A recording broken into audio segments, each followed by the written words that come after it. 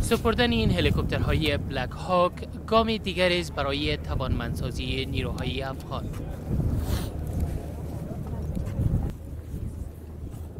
رئیس جمهور افغانستان این دو هلیکوپتر نو بلک هاک UH-60 را به روز شنبه در میدان هوایی نظامی قندهار از مقامات ماموریت حمایت قاطع رسما تسلیم شد.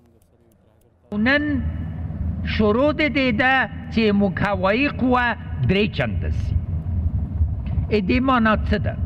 ایده مانا داده چې د وزارت داخل پسته و انشالله تعالی همیشه هوایی پالنه ولري. فرمانده ماموریت حمایت قاطع ناتو در افغانستان این را آغاز انجام برای طالبان مسلح می‌خواند. دو برابر شدن نیروهای کماندو، سه چند شدن قوای هوایی و افزایش ظرفیت‌های اردوی افغانستان آغاز یک انجام برای طالبان است.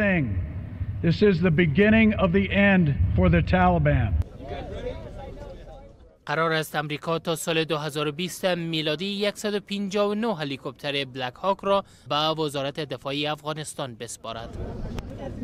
پروسه آموزش‌دهی پیلوت‌های قوای هوایی افغان برای استفاده از این هلیکوپترها آغاز شده است.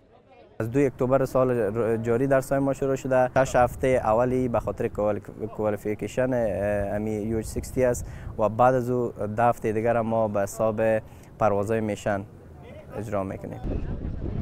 قوای هوایی افغان از آغاز سال روان میلادی بدین سو بیش از 15,000 عملیات هوایی را علیه مخالفان مسلح راه اندازی کرده است. با باور رئیس جمهور افغانستان این هلیکوپترها تکمیل کننده قوای امنیتی افغان است.